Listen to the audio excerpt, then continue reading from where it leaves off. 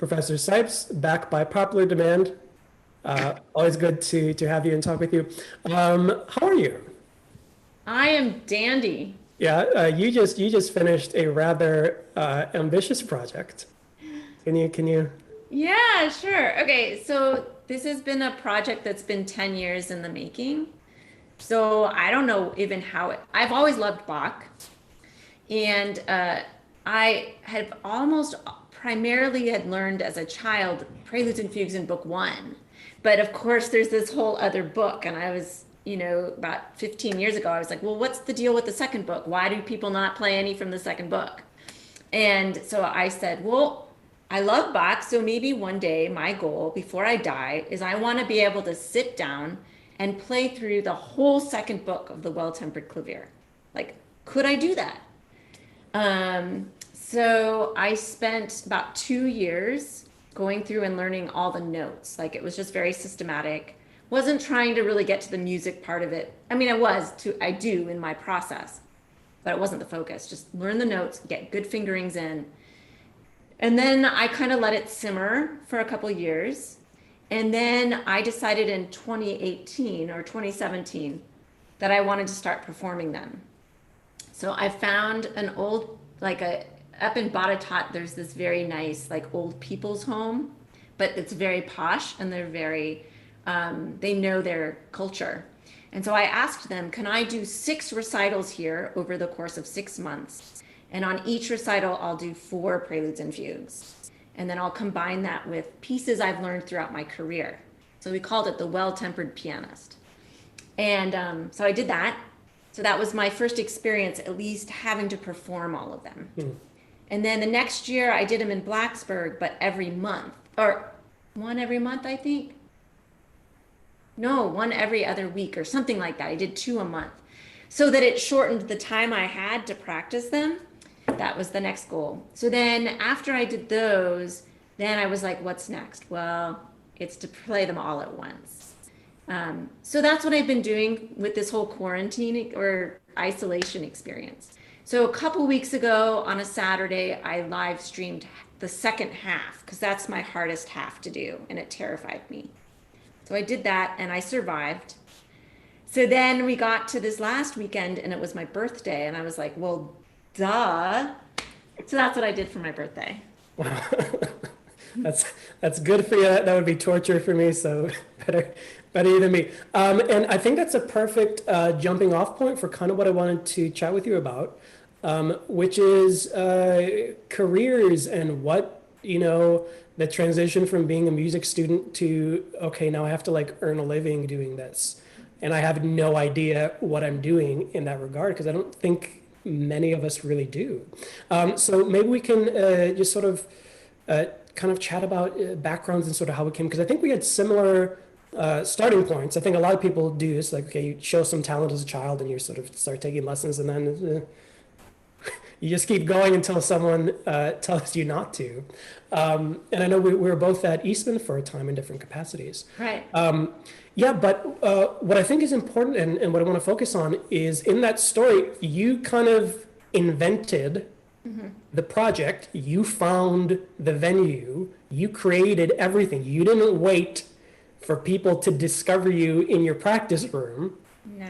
And offer to pay you thousands of dollars to do something. No. And that's huge. But don't we all have that kind of, we realize how stupid it is, but we still feel it, that attitude that that's how life works. Right. Right. I definitely still do. Like if I didn't have to kind of work the streets of New York and survive, I would just, where's my concerts? Right. I think, and I don't know where that comes from. I don't know if it's a gap in our education. I don't know that at Eastman they taught me, okay, well, actually, I did have a class. I just realized I did have a class, thankfully, where they said, no, you have to learn to create your own performances, which I'm grateful for. They're amazing at that in particular. They are. And I was there in my master, I think it was, or at the end of my bachelor's degree, I think they started the music entrepreneurial program there. So I was like one of the test cases. And I was so grateful for that class where they forced you to come up with a creative idea and then pitch it somewhere totally random. And I remember in Rochester, what I did is we pitched a recital series at a toy library that they had there, downtown somewhere, like a toy library. And it was like a kids concert, We had a blast, but talk about outside the box thinking. And I think what I learned in that experience that I've carried throughout my life is that you have to create your own, dream about what you want to do, and don't be shy about proposing it to people, because people do crave cool experiences to be had at their place of business or their church or their concert hall, but you have to come up with it and pitch it. Yeah, and be your own advocate for that. I mean, unless you are like literally the elite top 10 living pianists who have an agent, who you pay hundreds of thousands of dollars of your millions of dollars to do for you. I don't think we really realize that is the surface of the tip of the iceberg. Yes. And even, like I'm sure like past Clyburn winners at this point have to do their own PR and have to sort of just always put that forward. And that is, as wonderful as all of my teachers have been along the road, they've also been like super famous. Like my teacher, he kind of, came out of the womb, won his first international competition and had a career. The job came to him. Yeah. And that's not that's not the way it works for the majority of us. But I think like earlier on in our conversation here, you said something. It's like, I think it's easy for us to take the fact that no one's coming to our door asking us to come teach for them or perform for them as a personal reflection of how good we are as a musician. Yep. But it's important as early on as you can to let go of that. And you might have to keep reminding yourself of that through your career. If you're not getting the opportunities, that does not mean you are not worthy or that you don't have something to give to the community. That's hogwash. but that's huge. That is absolutely real. I mean, that was, my first year in New York City, with a doctorate degree in hand, with a Rachmaninoff third, orchestral performance, with, a dissertation under my belt. And I kind of got there and I was just like, okay, where's the work? Like really naively, okay, Broadway, like, where are you? Yeah. Like I would do these auditions and these things and it's like, okay, thank you. And then you're done. It's like, well, what's wrong with me? Right. So that's a really real thing. And the ability to, I think, connect and immerse yourself fully in the art. And I really think that's a left brain, right brain thing. They are separate by nature. To be the artist, to be the creative. But then to be able to put that down, to close that book, and then open the book of the bookkeeper, of the accountant, of the PR manager, of the, the social media platform things. It's huge. And before we kind of get into that, I would love to just sort of brainstorm and kind of trace maybe your career and your interests from, I mean, what that means, I mean, from like you started young, yeah? Yeah, when I was More or 5. less. Yeah. So how did that look from just, okay, this is just a thing that I do because my parents tell me to or I like it, to this is either a way of living or a passion or your own interests and dreams with practice coaching with your own projects? Wow, what a long journey. I'm older than you, So. Well, okay, so I started off when I was 5 taking lessons. And I really wanted lessons. So that was a little bit different, I suppose, than some people. Then I also grew up in San Francisco, which I think was hugely instrumental in really getting me to decide early on that music is what I wanted to do, because I had so many great opportunities at high levels. It was competitive. So I knew that I could survive in a competitive atmosphere. I didn't often win, actually. I usually was kind of like runner up, honorable mention. I was never the best, but I knew I was pretty good from an early age. And like, and I loved chamber music and accompanying from an early age. I knew that. And when I was 10, my dad was on the board of a chamber music society that was pretty well known in San Francisco. And they got artists like Thibaut Day came and really wonderful musicians. And they did chamber music. So like every weekend I had to go and listen to these chamber music concerts. I fell in love with the music. And one season, the cellist of the group came to me and said, you know, I think I was 10 at the time. He said, will you play with us on opening night for this next season? Well, holy moly jamoli, you know, like that was, I think, the first moment where I was like, okay, this is a glimpse of what could be, right? So I did that and like it was a huge deal for me. My parents, of course, were like over the moon. And it just got my like that's all I wanted. Um so anyway, that was kind of the beginning. And then I switched to cello somewhere in there and I was in the youth orchestra in San Francisco. So we were playing in Davies Symphony Hall, which is this gorgeous concert hall. We were working with amazing people. Yo-Yo Ma came. I got to play for Yo-Yo Ma with the youth orchestra. And again, my thirst just kept getting more and more like, I want more. So a lot of it was just my growing up years that got me like, okay, yeah, I'm doing music. There's no doubt. So by the time it came time to figure out about college, no question, music school. So yeah, I was kind of just on that trajectory and I did a lot of music festivals and Did you enjoy it as a child? Like genuinely look forward to, yeah, it was my life. really? And the people that I surrounded myself with on weekends when I did my music primarily, those were I mean, I had friends in high school too, but everyone around me at youth orchestra, we understood each other. We spoke the same language. I think there's something huge there for pianists especially. And it's funny, I hated it like until I was probably 18 years old. Like I wanted to play hockey. No kidding. I wanted to be a hockey player and play hockey all day. Piano sucked. It was awful. Thank goodness I had a saint of a teacher who was just like the nicest woman that I could not say I want to quit. Yeah.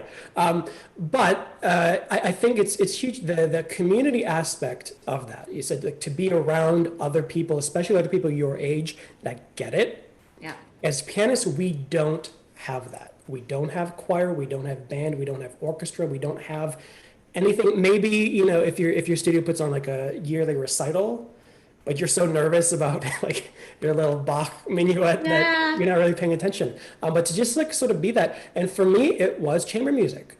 I mean, again, I grew up in Rochester around Eastman. There was the Hochstein School right down the street. I mean, and I know I was with the Yin Quartet 4 years, and they're the most amazing, inspiring, just like super chill, cool, down to earth, but like, oh yeah, I'm also completely a genius at everything. Yeah. And to be around like other kids, like other violinists, other pianists, there's like, oh wow, you do this too. There was that sort of respect and intimacy of just sort of sharing a passion, but also kind of this isn't a normal life for a child. Right. And I don't have to explain that. So I think that's really, really big. Yeah, let's talk more there, piano centric a little bit. Yeah. But isn't it weird that we're the most collaborative of all instruments, but we often are the most isolated? Yes. That's very true. Yeah. So I wonder, and I think you and I perhaps are lucky and maybe not the norm in having early collaborative experiences. For a lot of students, I mean, even some of the ones I see, really great studios and teachers, they just don't have the opportunity, whether it's like there's no local scene, there's no facilitation of that, there's no awareness and exposure that exists, and then sort of come to college and what do you mean I have to like play at the same time as other people? Like, where's the metronome? Like, Yeah. So yeah, what either what was that like, just kind of assuming as while you were developing, and what might you think would the valuable tools and sort of encouragements be for someone who doesn't have that experience? Yeah. I mean, I have been shocked since really I probably graduated from college and started working with young musicians and young pianists. I've been shocked at how few, if any, have any experience accompanying, playing for choirs, you name it. And to me, that's really actually a scary thing. And there were many years where I was kind of really advocating through my blog that that teachers and that choir directors, they have to somewhat let down their guard in order to give these younger people the opportunities, right? Because at first they're not going to necessarily be able to be real great, but there's no way to get the skills needed to be a collaborator, to be a choir pianist, to be a flexible musician if you're not thrown into the deep end. There's no way, right? But where are the opportunities for those kids? I don't know. It's a real issue because I think that the earlier on that a musician can be doing it, they're going to see, oh, sight reading is valuable. This is why we need to know how to sight read. And, I think when you're younger and your brain has more plasticity, it's like learning a language. It's much easier when you're younger. So really, I think the younger we can start people at, the better to have those opportunities. That's not to say that if you're in college and you haven't, that you shouldn't pursue it. Yes, as soon as you can, as soon as you get the courage, find the opportunities. That's what I would say. Go to a choir director at a church. Say, all right, I know you're going to be taking a little bit of a risk with me. If you're willing to work with me, I want to learn how to do this. Absolutely. It's like crucial. Yeah, I would say even more importantly or further than that, like the first week of orientation, find whoever you can play. Say, look, I've never played a violin sonata. Can we just like jam out? If you're like self-conscious, Totally. like buy them pizza first or something, just, but Yeah. just the doing in that sense is so, that is by far, we can talk and write books and give lectures about the finer points of collaboration. You just need to throw yourself in the deep end, figure it out, fail miserably for a really long time, and Yeah. look like an idiot for like somehow just not being able to count at the same rate that your collaborative partner is. Yeah, that's absolutely huge. The more you can do that, the more often you can do that, the better. Period. Yeah. That is an experiential. Yeah. Right. And I mean, I think you can say, okay, you should go off and practice sight reading, by yourself before you start doing that. I don't think it's the same. I just don't think you can get the same skills if you're not actually doing it with another individual. Yeah. And my mom, starting when I was starting off as piano at 5, she made me play piano duets with her every single day, and I hated it. I despised it. But she made me do it, and you know what? I owe her so much Absolutely. because Yeah. of that. Yeah. Even like in super informal jam session with no music and no plan, and it's going to sound horrible, but just the act of listening outside of yourself, Yep. and that's I think why like people like Yo-Yo Ma just loved jam music so much. It's a different mindset. It is conversation. It's a dialogue. I mean, for me, I mean, I know especially early on, like I was very perfectionist, and if I played one wrong note, I would go and beat myself up over it. And chamber music, that just dropped. That was just not part of the nature of it. All of the anxieties of that kind of expectation on yourself as a performer, gone. Yeah. It was now and I don't know, I'm sure there's studies about, personality types and like the Myers-Briggs and like who makes the best. Like for me, like I wanted, like I liked the team aspect. I always played sports. It's like, okay, I didn't want to be the star. I wanted to be like the behind the scenes to make like the really good pass that opened up the play. And like that was like where, I thought was cool. And like chamber music, even like duets. I mean, I had a trio all through high school. I was very lucky, and they were amazing musicians. we looked at repertoire and sort of figured stuff out. But just to have that exploration and to say, you know what, look, I can sort of influence. It's just kind of fun to like play with, like, hey, I bet I can make them go really, really fast here. Let me just, and it becomes this almost a game. Yeah. But this communication way. Yeah, why do we not do that more often? Do you think it's strictly a practical, well, you're not good at it, so like I can't trust you to perform the thing that you're learning? And I think there's a realistic practical point to that, Yeah. like I would not, if I were a choir director, I would not trust a a freshman who's never played music with anyone else before Right. for my concert. But unless you have a teacher who is really adamant and passionate about opening up those opportunities, how do you find it? And if you're in a position where your teacher, your opportunities are limited through no fault of your own, how do you just find them and make them and have the wherewithal to know that you need to, so that you don't have the worst case scenario, which is thank you for my college degree, but I've never done this. Right.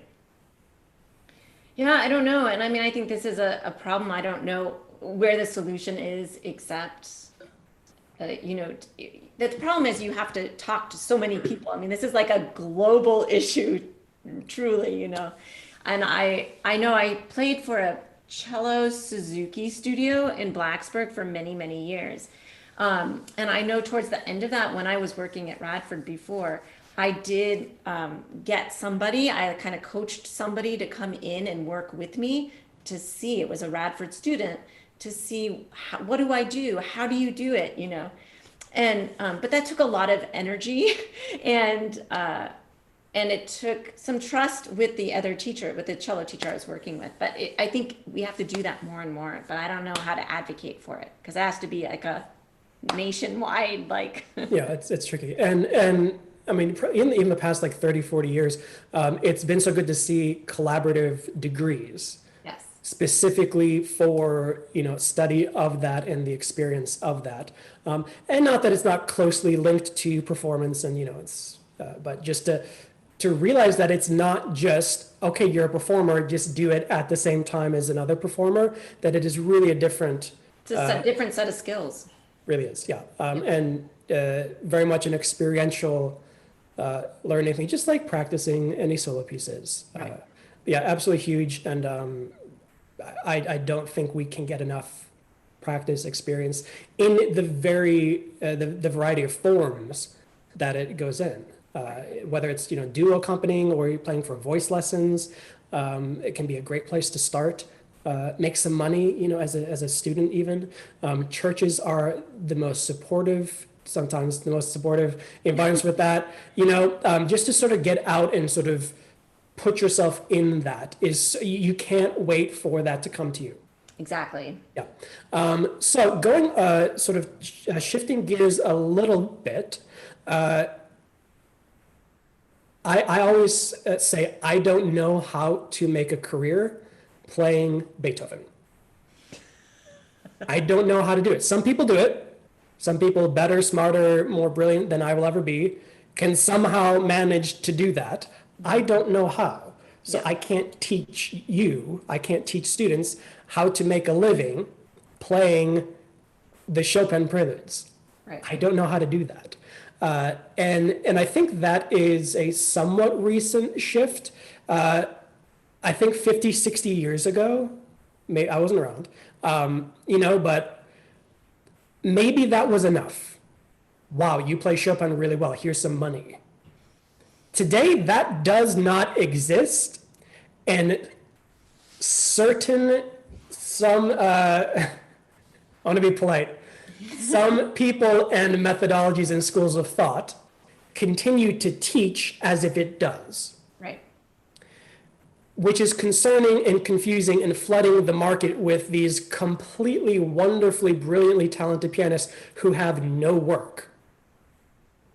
And, who are just sort of like up a creek without a paddle. And really through no fault of their own. I think you have to have sympathy for that. How do we wake up to the ever-growing, evolving, changing topography of the modern musician life and the flexibility and versatility that simply requires, especially of pianists. I think we're the worst off, but also the most flexible, but also there's, you know, how do we find that for ourselves and how do we communicate that to the population who is somehow still on the sort of dead old rat race of, well, if I practice, let me just learn my one sonata really, really well, and then life will happen.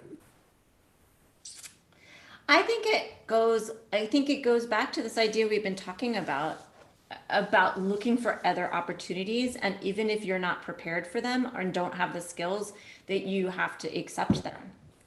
Especially, yeah. So it's more of an attitude shift. I think the old paradigm was when you're in school, you learn this repertoire, and then when you get your degree, you're ready to go.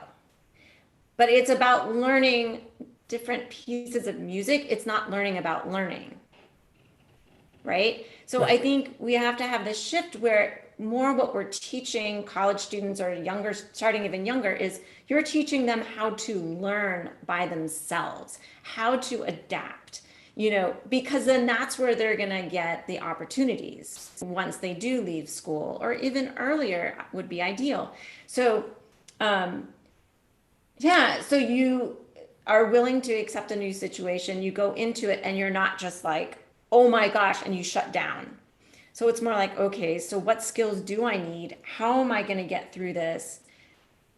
That's different. Our bodies are phenomenal at adaptation if we let it be that way. So, but we have to get used to being comfortable with being uncomfortable. Yep. Do you have any?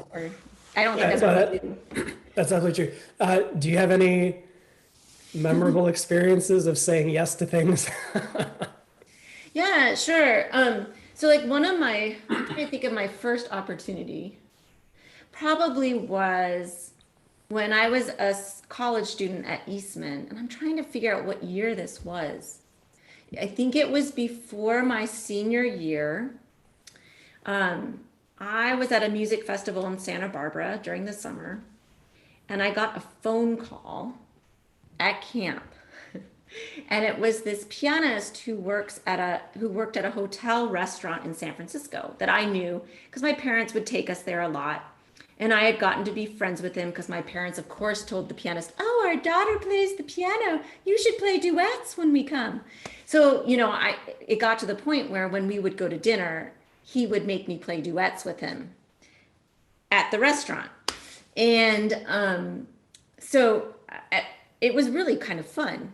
So anyway, so he called this summer that one summer, and he said, I have this crazy question. He said, I got an opportunity to take some of our singers, because the waiters at this restaurant were singers. They've asked us, this hotel in Switzerland has asked us to bring some singers and myself over to provide music for a restaurant in one of their big resorts. He said, and the restaurant in San Francisco won't let me go the whole time. So can you split it with me? So you'll do San Francisco half the time, and I'll start off in Switzerland, and then we'll swap places. And, I'm a college student. I'm facing my senior year. What? And so I quickly made some phone calls. I called my teacher at Eastman, and she was like dead silence. Like, what are you thinking? Because this also, I knew this would involve me playing jazz, ragtime, Broadway, you name it, which I didn't have much experience with at all. But then I talked to my collaborative piano teacher at Eastman, and she was like, okay, if you do not take this opportunity, you're going to regret it for the rest of your life. And I was like, yeah, but I'm like, how old am I? I can't go to Switzerland and what? I can't be a music, because the title was music director. What? No. But I did. In the end, I did accept it. And it was really challenging. Like, I started off in San Francisco. Again, I had to play jazz. Well, I got all these, I tried to gather as much simple transcriptions of jazz stuff as I could. my first nights at the restaurant were terrifying, especially because when I had to play the jazz. But there's a bar down the hall, and the jazz pianist there, who was the pianist at that restaurant, came up to me in the middle of one of my stints, and he introduced himself. And so he said, "Come by anytime, and I'll talk jazz with you while I'm playing." So I learned from him, you know? And I'm not like you. I'm not a great jazz player. I can't improvise very well, but I can do it. I can wing it, you know? That's a funny story with the other pianist, because that was jazz education back in like the 20s and 30s.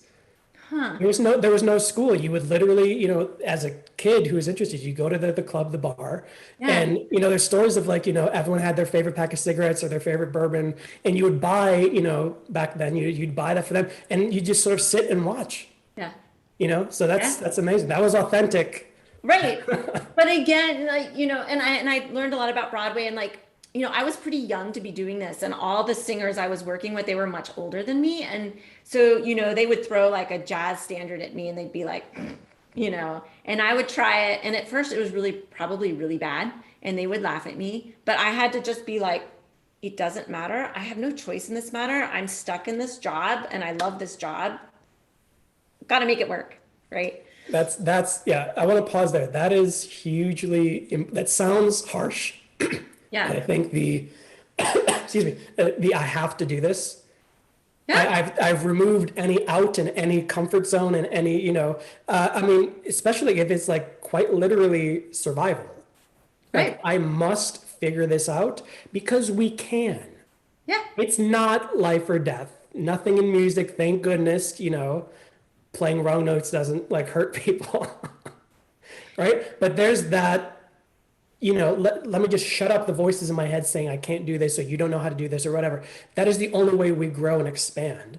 And, as kind of ugly as it sounds, like kind of forcing yourself to stay that course and walk that tightrope or like fall into the piranhas Yeah. is a great way to have to do that. So take the job, Yeah. make yourself stuck in the thing that you can't do. That is the best way to get to do it. Yeah. And be uncomfortable. Yeah, I mean, but that's the treating way it, to yeah, learn. treating it as a growing learning opportunity, and it all deals with this weird attitude that I think we all have, no matter how sort of open-minded or how many discussions of this sort like our teachers have with us, which is there's a right way and a wrong way to do anything, play a piece, put my hands at the keyboard, have a career. That there's these arbitrary expectation that no one says out loud, but we all have. And any deviation from that is like this, I mean, life or death, adrenaline, fight or flight thing. And it's so hard to communicate and express. It's not at all. That none of the pillars of that journey are wasted. I really think, a strong classical foundation, especially for a jazz pianist, is crucial. That's the difference between, look, I can doodle like the 3 licks that I've practiced in my hand, but have no learning ability, have no reading ability, have no structural integrity, don't understand rhythm and sort of that collaborative mindset. You cannot sustain a career on 3 licks, Right. nor do I know how to sustain a career playing 2 programs of classical music and a handful of concertos. Right. I'm sure you can. I'm just not equipped to pave that path because I don't know it. Yeah. And I think it's a difficult topic to breach because yes, of course, we should maintain that standard. Yes, of course, we should continue to push and challenge and better ourselves as a musical community, and only heighten where that bar is. But also, it's kind of a disservice to ourselves and our future generations to say that's it. Right. And everything away from that is a safety net or a concession or a failure or, there was a huge what's the misnomer or sort of misunderstanding that, oh, you're in collaboration because you weren't good enough to make it as a performer. Absolutely. You Yeah. know, but then you put the performers in the collaborative and they can't do. Exactly. I know. That's yes. Well, we know that, but yeah, Yeah, but exactly. those stigmas still very much are alive, and I think it's the institutionality of some of these older programs and wonderful schools that should continue doing what they do well, Yeah. but not realizing that, yeah, the landscape has shifted and is ever shifting, and who knows, like in the past month, how this all has changed the face of music. I really think it's going to and has and will continue to. Yeah. And let's talk about this, Raul, because I mean, you were kind of a pioneer and a leader in that long before I cared. But you know, I mean, you've been streaming and you're so active and wonderful and supportive and collaborative on social media. And like, look, now that's all we have. So Yeah. how do we as musicians, especially as students, as young people, be privy to what that changing landscape looks like, be open to opportunities that may not be comfortable or known or sort of in our vocabulary, and sort of ride the wave or just be sort of swallowed by it. Yeah, I mean, I think it's hard and it's kind of emotional for me too, because even me who has been in the social media landscape for now probably 10 years, even for me, like all of my friends on social media as musicians, we're all struggling to figure out what's going to come next. Because in a way, it's great that lots of musicians are live streaming and teaching online, but that also means the market is also really saturated, right? So we don't know what's coming down the pike.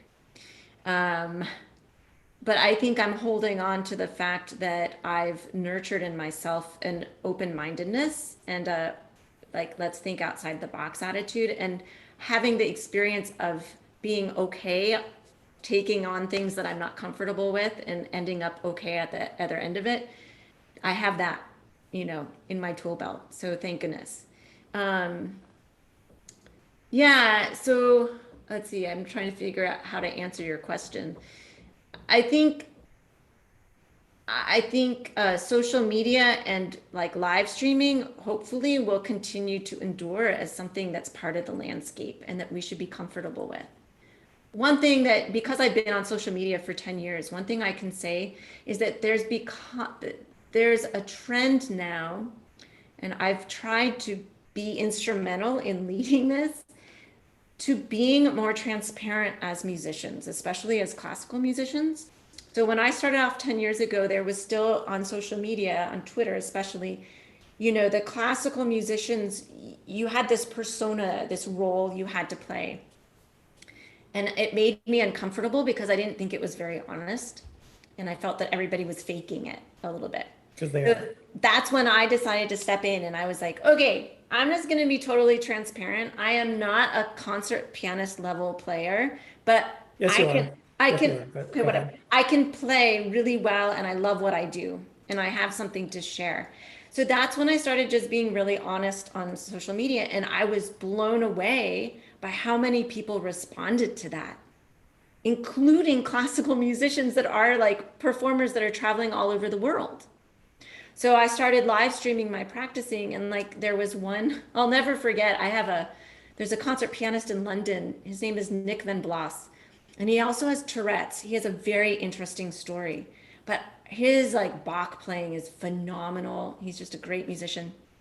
But one day I was live streaming, and one of the comments that came through when I looked back was that he was sitting in a cafe in London watching me practice and that he wished I could help him practice. What? Like mind blown. So I messaged him. I'm like, what are you talking about? Like, you're performing all over the world. Why are you saying that? He's like, I don't know how to practice, you know? So anyway, so that kind of led me down the road of then practice coach and has built my role on social media. And I think that's so wonderful and absolutely huge, but also you're right. I mean, especially a while ago, brave because, there is, and I hate, like, I'm like the least classical, classical musician. But like this, oh yes, we have to, tuxedos, and like, I hate all of that. Yeah. And what I really think, and what I honestly, from talking with my own students, that's what people relate to.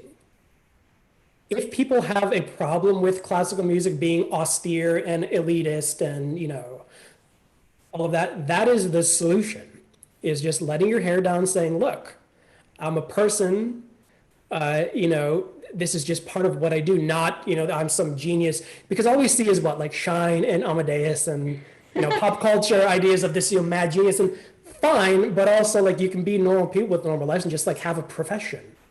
So I think that's really, really huge. How can our students engage with that, especially our students who don't feel that they have anything of interest or import to offer in that landscape? Because I think that's a big thing. It's like, well, okay, I want to be a part of this. I want to sort of, connect to other musicians and collaborate and stuff, but who am I? I'm a wee, measly freshman, blah, blah, blah. How can you cut through that BS and say, no, that's exactly why, the world at large and other musicians want to see and sort of connect to and be inspired by that? Okay, so I think there's two things that I would suggest. I think there's two different audiences you can go for when you decide to go down this path. And I think that the safest place and the easiest place to start is like just doing things like if you have an Instagram account or you have Periscope or Twitter, whatever your social media choice thing is, just start filming yourself. It's great practice and getting your nerves out anyway. Or I don't know, or just start getting into it and being transparent about like, here's what I'm learning, here's what it sounds like, blah, blah, blah, blah. I don't know. You have to figure out what works for each individual, like what makes you excited. Choose something that excites you. If it's improvisation, start on your social media channel, just live streaming yourself diddling around, with chord progressions. I don't know. Doesn't matter, but you have to be invested and it can't be fake. Like that's the biggest thing with social media is don't be fake. It won't work. Yeah. So that's one area, and that might attract like your family, your friends, your little community, and there's nothing wrong with that. That's a great place to start. And then if you want, then you can do more of the global sort of outreach thing, and that's going to offer you a lot of different things. I personally love Twitter because I am seeing what's going on in the world musically everywhere. And all different genres, right? And all different level of musicality. So there's beginners, there's amateur adults, there's professionals. So you just go and you start trying to connect with people, having conversations, entering in conversations. But again, that takes some bravery and you have to push past that discomfort a little bit. But it'll just open your world and I don't know, I think help you to see what's out there and what's possible.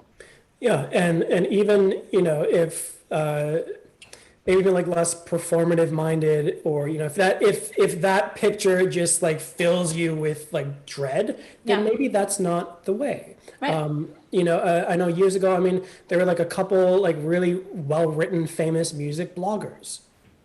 Right. It was just like, I mean, amazingly like publishable, brilliant, interesting, entertaining things to write. There's always, smaller sort of within your own community outreach or concert organization. And it's the things, we'll find the ways that we individually click into something and don't, I mean, you are brilliant with social media and like being a nice person. And I'm not. Like, I have no interest and I never will. And that's authentic to me. Right. Me being on Facebook at all, I would not sleep at night. I would hate myself so much, just And it probably wouldn't work so well because people are going to see, they're going to read that. Yeah, because I'm a jerk. Whatever. But really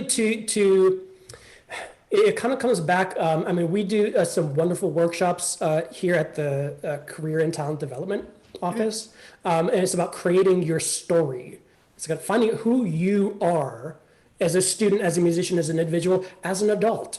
What Right. makes you you beyond, liking, I don't know, TV shows and Netflix? That's not a personality. But what makes you unique? An interest, a hobby, a connection outside of music, an interest within music. Like, okay, I play piano, but I am also a composer, or I do this, but I also really love, being part of my church choir, or those things that kind of put some stamp of, you're not the robotic clone of, the same pianist who plays the same Chopin prelude the same way. Right. And find that if you don't know it, that's wonderful. Find it. Try all the things. But you have to try all the things. Make a fool of yourself trying all the things. Make 99 mistakes to find the one thing to say, you know what? I never thought X, Y, or Z would be it, but you know what? This is great. Yeah. My entire career, I think, came out of, I have no idea what I'm doing here. I'm not at all qualified. I should not be able to take this job, but you know what? Screw it. Do it. Yeah. And that's the way I found the things that I now love to do and continue to do. And I think have made me hopefully interesting or unique enough of a musician to be of service and of value to the world in some sense. None of that was within my comfort zone as like an 18, 19-year-old pianist trying to play Rachmaninoff. I don't get to do that. Like I did that. That's for me. Yeah. I think it's so important to understand the market that we're in, the volatility and the ever-changing nature of it, the saturation of it, and not as a depressing, give up now because there's 500 people who can do this better than you. Probably, there are. I think everyone who gives concerts is way better than me, but I know that I have something interesting to offer that maybe they don't, or I have a unique way of saying or phrasing or thinking of things, and that's important. That's valuable, and somehow like they pay me money to do it. So you know what? Like it's possible, and I don't know what I'm doing, Right. but that came from saying yes, always, every single time, without question. Until you get enough of a career to say, okay, I don't have time to say yes to this. So and that's the best place to be. To turn down a gig, you've made it. Yeah. So that's huge, and there are no limits to what that looks like. No, that doesn't even have to be within music. Right. Yeah. And I think I would just like to stress this because I remember when you're young, it's easy to think that you have to have all the answers, But I think like you have to, people ask, well, what do you want to be when you grow up? What do you want to do? And I still don't know. I have no idea. don't worry about it. Like, I just want to say that. Don't worry about it. The most important thing you can do is to just be open-minded, brave, willing to take on something totally new that you don't think you can do. That's the most important thing. And I think particularly from non-music people. Especially, and this is sort of the sort of stereotypical college argument, from the very well-meaning, loving, supportive parent, you want to go to music, like, what are you going to do? Right. I don't have like a clean answer to that. Yeah. It's more than that. To have a foot in that practical door, and I think we as educators to be very connected to what that looks like. What are they going to do? And to teach and to give the skills that's not going to, put your son or your daughter into, walk across the stage with a Bachelor of Music and into like, fast food or something, just not knowing, having that connection to real world. And so the practical skill is so important to touch on and to explore and to kind of make students be uncomfortable in. Right. You're either going to do it now when it's safe and when you have, your teachers and your faculty to coach you and to sort of, pick you back up, or figure it out in the real world when you can't get a job. Right. I would much rather you fall on your face with me so that we can talk about it than, set up that expectation and that sort of set up for failure. Right. So within that, and as we can talk for hours, but I want to, I know people have classes to get to. If we can sort of hone our focus on practical, applicable mindset things, exercises of comfort, philosophical things about anxiety, about approaching these things, and be as sort of actionable steps or advice or tips as possible for either just sort of the musician who's just kind of in this weird, we don't know like what the world is looking like, what can I do, what do I have that is of value, and how can I find that? And I think especially for the student and perhaps the freshman, maybe not a performance major, just kind of like, well, I want to remain relevant, but I don't know how. What can we as teachers, as supportive colleagues and mentors offer and suggest and hopefully show by example, as you very much are, to support the mindset of putting oneself out there, of finding interest, of trying and erroring and all of that, versus, which I think is the worst thing we can do right now, Right. is Right. duck into a hole. Right. So I think like my primary piece of advice in this situation would be, and I talked about this earlier with the social media thing, you know, be transparent. It's okay to be transparent, right? Now, you don't want to be transparent in a way where you're like berating yourself or denigrating yourself, like, oh, well, I'm really bad at piano, but I want to I've heard I need to get experience playing for choir. Can you give me a job? Like that's not the right way. You know, you have to stay positive. So even if you're not normally positive, that's the one thing you might have to pretend. But yeah, just tell people, I need to get some experience. I don't have it. Can you help me? Can you give me an opportunity that's safe for you so that I can start getting some experience and learn the skills that I need? And that's really huge. And I think just sort of one of those misnomers to address and just sort of myth bust is, you know, I mean, even I today, like I'd be very anxious about doing this. Like, well, what do I have to offer? Name me one musician who's not like a complete jerkwad, who would not be all over giving someone an opportunity that probably they didn't have. You know, I think take advantage that we as musicians, as artists, as sort of people who have this connection, are by nature more collaborative and more sort of inspiration driven. I mean, I cannot imagine not saying like, oh my gosh, yes, like here's like a full, you know, spread of ideas and stuff I have for you. Yeah. And I think you will really find so much more acceptance and comfort and trust and generosity in that than, you know, it may seem. Yeah. Timidly asking to, you know, for that opportunity. But I think that's great. Yeah. So I think that would be one of the biggest messages I would just give. Let's see, what else? I had one and it just like dissolved in my head. What about something about opportunities or things that lay outside of our comfort zones and how to approach them? I think it's important to to know when to say no. Like, what is too far past your comfort zone? So I was telling you that story earlier about that Bernadette Peters gig. So I don't know if that kind of fits in. But, you know, I was given an opportunity by the Roanoke Symphony to be their pianist for when Bernadette Peters came to town a couple years ago.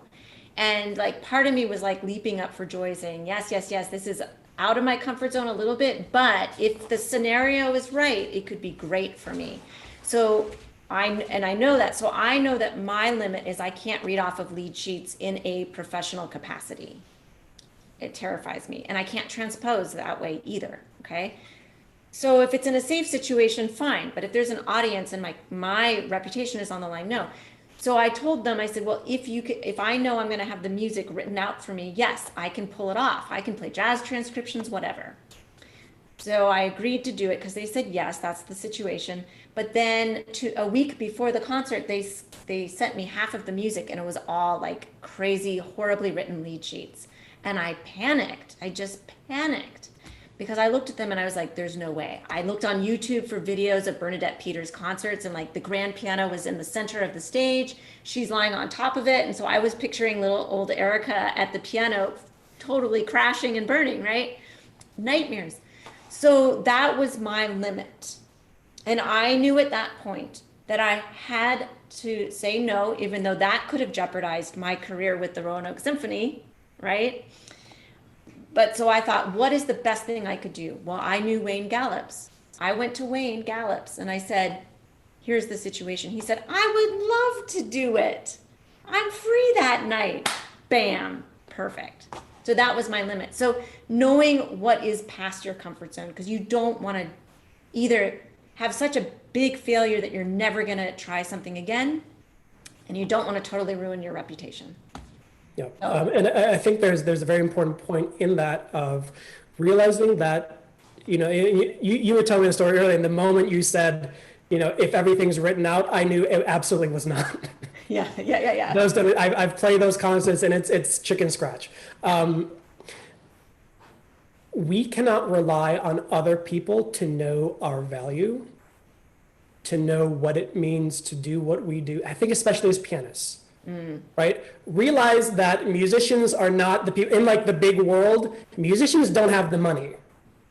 Producers have the money. Investors have the money. Music aficionados and amateurs have, invested money. They make the jobs. They make the calls.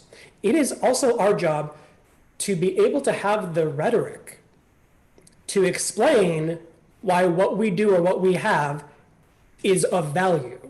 It is not. I promise you the rest of your life, nobody will ever knock on your door and say, hey, I was watching your YouTube videos from 7 years ago.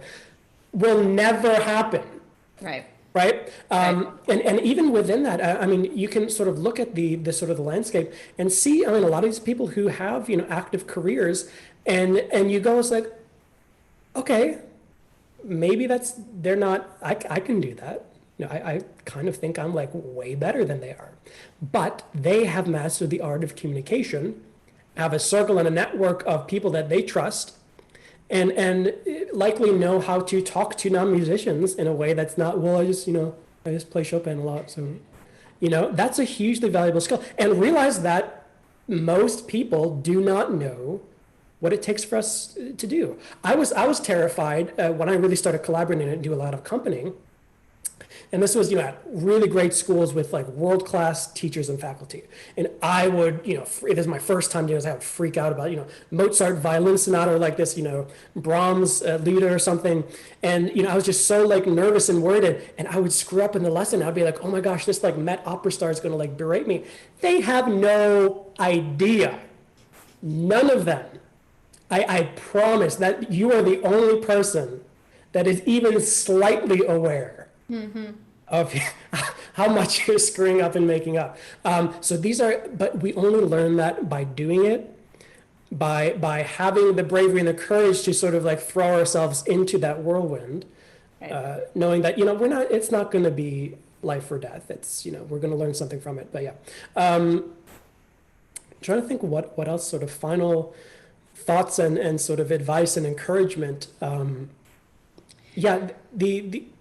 For me, a career nowadays, and especially for our students' generation, which I honestly, especially with all of this, is just going to be so much more electronic, so much more social media, internet, remote centric. Yep. That we must find value, interest, engagement in new ways. We cannot wait for that algorithm to be perfected and tested and open up for us. We must pioneer and figure it out. And 90% of that's going to be horrible and failure and embarrassing. But still, you're either going to ride this wave through and come out on top of it, or be past news. So maybe with your experience in all of this, what would you just advice, especially geared towards students? Yeah. Trying to engage with what this is and looks like. Okay, well, the same idea keeps popping in my head that I want to say before we close, and I don't know if it relates, but in an odd way, perhaps. But it's a very practical thing for pianists specifically. For all this, there's one skill that you must have as a musician, as a pianist, to do any of this, and that is to be okay with not playing all the notes on the page the way that they're written. I know that sounds absolutely bonkers, but so many musicians don't seem to understand that. So, like, people marvel at what you and I do, but I don't think they realize how many notes we play that aren't All on fake. the page, It's all fake. right? But it's important to develop that skill, to be okay with that, and to realize that that's still making music. That's actually, to me, that's more making music than just playing every correct note on the page. Yeah. And realizing that whoever wrote that reduction of the Mozart violin concerto has never seen a piano in their life. Right. Or, you know, if a composer gives you a piece of music that they've written for piano that's impossible to play, chances are if you play it with 50% of the right notes, they're not even going to know which were the notes that they wrote and which are the notes that you made up. You know? But I think that's an important thing for young musicians to get a grasp of, especially pianists. Absolutely. So find that side of music making, get comfortable with that side of music making now, because that will enable you to take on these other jobs, to be willing to do that. Then you're more likely to have a career. Because if you think you have to go into all these jobs doing all the right notes that are on those pages, you are not going to succeed and you're going to die. So don't do that. So you have to switch the mindset switch. Absolutely. And the skills. Yeah. I suppose the other thing, and ultimately maybe the number one most important thing that, you know, kind of goes without saying, but we also get tricked away from it in our sort of practice room tightrope mentality. You must know and be nice to and make friends with other people. Play nice. Yeah, well, sure. I do not care how brilliant you are. I don't care how perfectly and quickly and whatever you can play your Chopin H.E. Rachmaninoff concerto. No one is just going to throw money at you for being a good pianist. Correct. No one has ever done that to me. I'm still waiting on my random check in the mail for, you know, $100. Like, I really liked the way you played this thing 7 years ago on your YouTube, right? Yeah, no, it doesn't happen. Yeah, especially in marketability, and that is to me where the branches away from the trunk of that tree, which is a solid technique, a good education, a work ethic, a healthy practice mind, repertoire, all the skills is kind of the trunk. The branches is where the leaves are. Yeah. You know, a very solid, good built trunk of a tree, that's not a career. That is the foundation for what a career could look like. But until you go off of those branches, and you're going to fall off half of them. Mm-hmm. It's going to be awful and embarrassing and ugly. You're going to hate everything about it, and you need to do it. Yeah. It's fun. And once you realize that, A, no one actually cares, you know, you're going to forget about it in maybe a couple months. But B, that's the only way to find the thing that makes you, you. Right. It really is. I think it's also important. You can't skip the trunk growing phase. You need that foundation. You cannot just, you know, go start building leaves. They're going to wither if they're not connected to something. Right.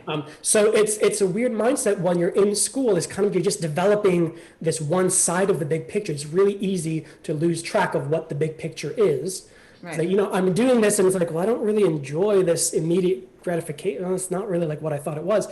Sure, that's out there, but we need to sort of find the foundation to be able to enjoy that later. And it's really important to take a step back every once in a while, recognize that, realize that, and just be connected to the process. But also realize we need all of it, and it is an ever-evolving thing. Right. You will never be done. Yeah. Yeah, exactly. So flexibility, versatility, say yes to everything that is not literally life-threatening or career-threatening. Right. And as a student, nothing is career-threatening. Right. You are supposed to make mistakes. You are there to fall flat on your face and figure it out. And like you said earlier, there are people there to help you. That is why we are here. You are not supposed to be good. If you were good already, I wouldn't have a job. Right, exactly. Well, so yeah, just the openness, the discovery, the hunger to go, okay, I don't know where to start. Let me at least Google Right. where to start music entrepreneurship project. That's something. Yeah. Getting out of these spinning wheels and into something actionable is huge. And that, in my opinion, for our students' generation, the next 5, 10, even 15, 20 years is what's going to make or break people beyond being, because it's not good enough to just be, a degree is not enough. Right. It is necessary. I think it's very important, but you're not going to show up to a job as like, hey, here's my piece of paper. Where's my salary? It's not the piece of paper that really is what matters. It's the learning that has gone behind that piece of paper. And the self-directing and the ownership of that learning. Yes. Right. And to realize the skills that you need and want to develop and find and build. Right. Making your teacher, who, in my opinion, my philosophy, is your servant, is your guide, get that from them. If you can't get it somewhere else, take ownership. The worst thing we can do is just, okay, that was 4 years and I can play my half a program, but that is, at that point, that's on you. Yeah. There's a point of exposure you just don't know. Like at that point, no one's going to carry you through that. That we really have to sort of bear down and buckle in on that. So before we go way over time, I think that's a really great place to not pause for now, because there's always more discussion to be had. As always, very grateful for your time, your expertise, your thoughts, and personal anecdotes and cheerful advice and leading by example. So thank you, Professor Sipes. My pleasure. Thank you, Matt. Being here. Hopefully, this will always be a continuing discussion between us, between colleagues, between students, and just getting a hunger out there, getting the mindset out there early, young, start building portfolios, start putting in resumes, even if there's nothing on it, just to sort of build yourself into what you want to walk across that stage, grab your degree with, and be a marketable, valuable asset to society as. Absolutely. Yeah. Great discussion. Good. And as always, make sure if you have not checked out Professor Sipes, I just made some wonderful videos last week, very pertinent videos surrounding practice time leading up to a performance, like a jury that you all have in a week and a half or something. Really wonderful information, and stay tuned. But for now, take care. Hope everyone is well, and we will see you when we see you. Take care, guys.